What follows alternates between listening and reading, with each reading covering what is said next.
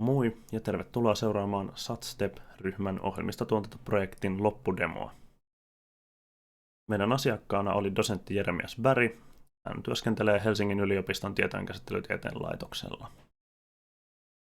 Ihan alkuun käydään vähän taustaa tästä meidän projektista, johon liittyy oleellisesti Boolean Satisfiability Problem, eli SAT-ongelma. Tämä on tunnettu NP-täydellinen ongelma, jossa meillä on joukko muuttuja ja sitten meillä on ehtoja näille muuttujille. Me halutaan etsiä, että millä näiden muuttujen arvoilla kaikki ehdot täyttyvät. SAT-ongelmaa ratkaistaan erillisillä SAT-ratkaisijoilla, ja tässä meidän sovelluksessa tutkitaan tällaista CDCL-metodia, eli siis Conflict Driven Close Learning, missä on pointtina, että kokeillaan arvoja näille muuttujille, törmätään ristiriitaan, ja sitten tästä ristiriidasta opitaan uusi lause, ja tämä sitten estää tähän samaan ristiriitaan päätymisen myöhemmin. Ja meidän tapauksessa käytettiin SAT-ratkaisijana tällaista kuin Cadical. SAT-ratkaisijat käyttää yleisesti tällaista standardimuotoa kuin Conjunctive Normal Form, ja tässä on se hyvä puoli, että kaikki propositiologiikan kaavat pystytään esittämään tässä muodossa. Ja meidän tapauksessa tärkeimpänä, että sudokun voi esittää tässä muodossa. Se sudoku pystytään muuntamaan usealla eri tavalla tähän CNF-muotoon. Ja näitä eri tapoja me kutsutaan erilaisiksi encodauksiksi. Meidän sovelluksen tavoite on siis selittää ja visualisoida näiden CDCL-SAT-ratkaisujen toimintaa ja helpottaa SAT-ratkaisujen toiminnan opettamista täällä yliopistolla. Katsotaan vähän minkälaisista lähtökohdista me lähdettiin tätä projektia tekemään. Eli SAT-ratkaisijana me käytetään Cadicalia ja esimerkkiongelmana meillä on sudoku. Tämä on hyvä, se on tunnettu ongelma ja helppo muuntaa tuohon CNF-muotoon. Tämän sovelluksen pitää olla sillä tavalla helppokäyttöinen, että sekä luennoitsijat että opiskelijat pystyy käyttämään sitä. Sen pitää olla helppo asentaa eri alustoille, Windows, Linux ja Mac. Ja sitten pitää olla riittävän selkeä käyttöliittymä. Me päädyttiin sitten tekemään tästä työpöytäsovellus. Ohjelmointikieleksi valikoitui Rust, jolle löytyi valmis interface tuohon Cadicaliin. Tätä jouduttiin toki hieman muokkaamaan vielä, että saatiin kaikki ominaisuudet käyttöön, mitä haluttiin.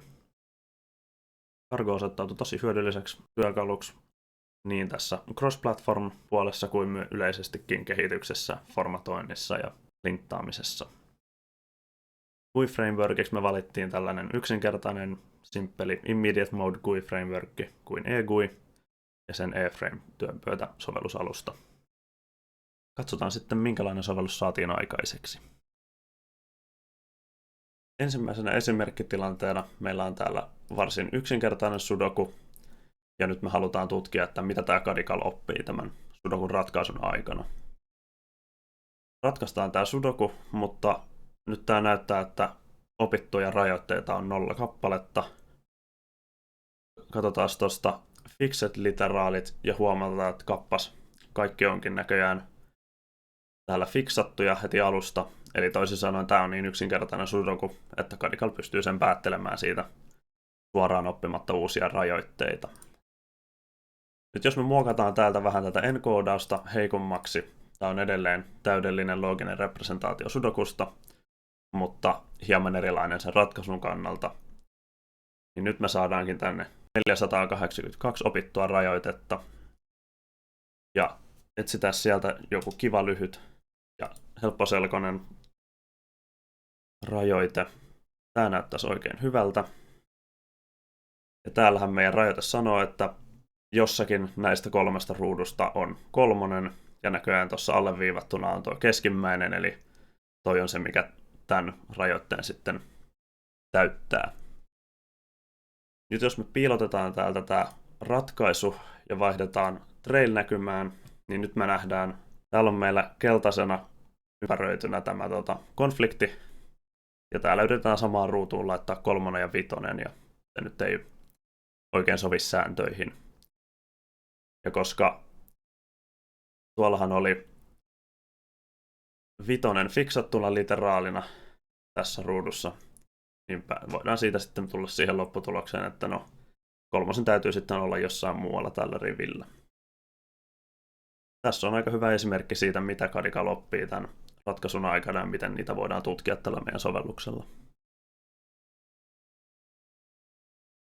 Otetaan toiseksi esimerkkitapaukseksi hieman haastavampi sudoku, ja nyt halutaan vertailla, miten erilaiset enkoodaukset vaikuttavat tähän sudokun ratkaisuun.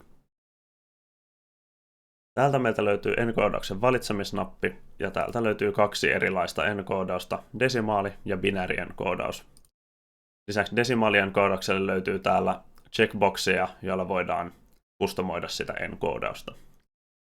Nyt me halutaan kuitenkin ratkaista se kaikilla mahdollisilla konfiguraatioilla, ja sitä varten meillä on täällä erillinen nappi. Pistetään tuosta rinnakkaislaskenta, niin menee vähän nopeammin. Ja nyt me saadaan tänne kivat statistiikat näistä ratkaisuista. Jokaisesta ratkaisusta näkyy täällä oma rivinsä, ja sieltä löytyy erilaisia tietoja. Muun muassa täällä lopussa enkoodauksen tiedot. Alussa on mikä sudoku ratkaistiin, kauanko siihen meni. Ja sitten löytyy tietoja, kuten esimerkiksi paljonko Cadical käytti muistia tähän ratkaisuun ja montako lausetta opittiin. Nämä voi myöskin exporttaa CSV:nä ja käsitellä sitten jollain erillisellä sovelluksella tarkempaa analyysiä varten. Tällaisessa projektissa oppii aina paljon, mikään emme ole siinä poikkeus. Ja ihan alkuun voitaisiin katsoa, mitä me tehtäisiin nyt toisin, jos me aloitettaisiin tässä kohtaa. Ihan alkuun Cadicalin forkkaus ja sitten näiden meidän muutosten lisääminen tähän erilliseen forkkiin. Se tekisi noiden muutosten seuraamisen helpommaksi verrattuna siihen, että se on kaikki Cadicalin lähdekoodi meidän omassa repositoriossa. Rakennetta olisi voinut alkuun suunnitella tarkemmin, sillä oltaisiin päästy ehkä hieman helpommalla sitten myöhemmässä vaiheessa. Hienoihin ratkaisuihin voisi pistää vähän pienempää fokusta, koska niillä ei kuitenkaan välttämättä ole tarvetta sitten myöhemmin. Vaikka me oltiin loppujen lopuksi ihan tyytyväisiä tähän meidän GUI Framework-valintaan, niin mahdollisesti tehtäisiin eri valinta tällä hetkellä ihan vaan sillä, että mikä tähän meidän sovellukseen sopii paremmin. Seuraavaksi käydään muutamia tiimiläisten ajatuksia läpi. Refaktoroitavia kohtia kannattaa etsiä aktiivisesti, jotta ne voi korjata ajoissa. Näin sinne ei tule hirveitä refaktorointisumppuja sitten väliin. Kauaskatseisuus on yleensä hyvästä, mutta joskus kannattaa vaan mennä sillä helpolla vaihtoehdolla.